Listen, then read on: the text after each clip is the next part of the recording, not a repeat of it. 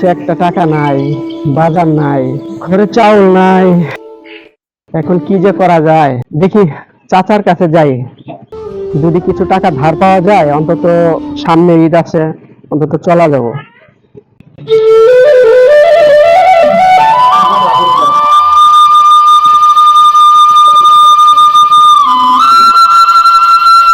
সাহেব চাচা, সাহেব চাচা, চাচা বাড়িতে আছেন? অভাবে পড়ে আপনার কাছে আইছি।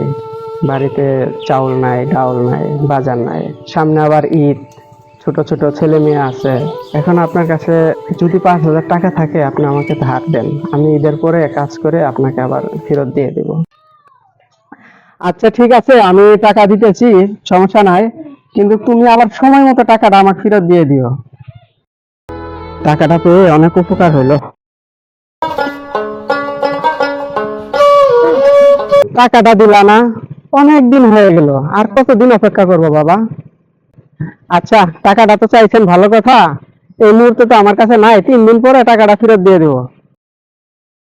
টাকাটা দিলা না?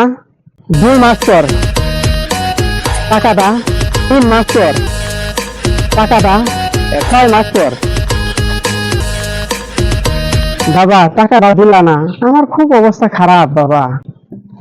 ধর্মিয়া, কয় টাকা ধার নিছি আপনার কাছে? 5,000 টাকা নিছি। মনে হয় যে এই টাকার জন্য আপনি ফকির হয়ে গেলেন গা। বাবা রে, যে সময় তোমার টাকাটা দিছিলাম, ওই সময় আমি ছিলাম রাজা, তুমি ছিলা ফকির। এই মুহূর্তে বাবা আমি হয়ে গেছি ফকির, তুমি হচ্ছে রাজা বাবা। আমার টাকাটা ফেরত দাও বাবা, আমি আর পারতেছি না বাবা। আমি তোমার কাছে ঘুরতে ঘুরতে বাবা, আমি খুব অসহায় হয়ে পড়েছি বাবা।